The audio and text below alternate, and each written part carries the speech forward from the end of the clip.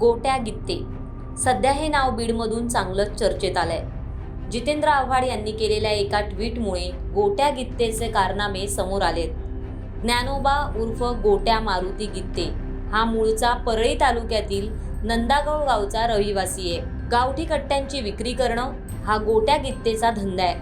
आज बीडमध्ये प्रत्येकाच्या कमरेला जी बंदूक दिसते ती याच्याच कृपेमुळे. मध्य प्रदेशच्या जंगलात गावठी कट्ट्यांची निर्मिती होते. हे कट्टे मध्य प्रदेशातून जळगाव येथे येतात. 10,000 किमतीला हे कट्टे विकले जातात.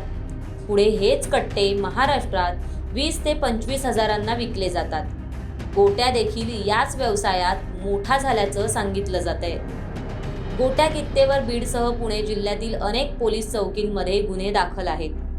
चोरी, हाफ मर्डर, दरोडे अशा अनेक गुन्ह्यांमध्ये गोट्या गित्तेचा सहभाग आहे.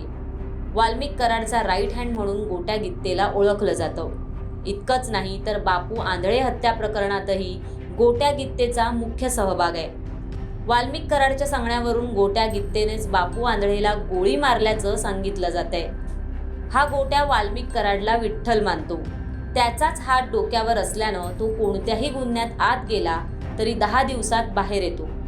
खरं तर गोट्या चर्चेत आला तो त्यानं सोशल मीडियावर टाकलेल्या एका व्हिडिओमुळे. वाल्मिक कराड पुण्यात CIDला शरण आल्यानंतर त्याला केजला आणण्यात आलं होतं. त्यावेळी पोलिसांच्या ताफ्यात हा गोट्या गित्तेही सहभागी झाला होता.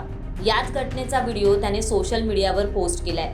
हा व्हिडिओ व्हायरल होताच अनेकांनी हा सराईत गुन्हेगार पोलिसांच्या ताफ्यात कसा असा सवाल उपस्थित केलाय. गाव पातळीवर गोट्या गित्तेचा दबदबा आहे. निवडणूक काळात बूथ कॅप्चर करणं आणि बोगस मतदान करणं अशा कामांमध्येही गोट्या गित्ते आघाडीवर आहे. याचा एक व्हिडिओ देखील समोर आलाय.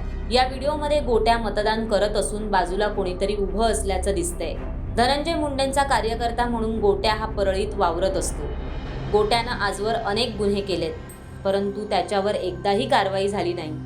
असंख्य गुन्ह्यातून गोट्या हा सहज सुटलाय.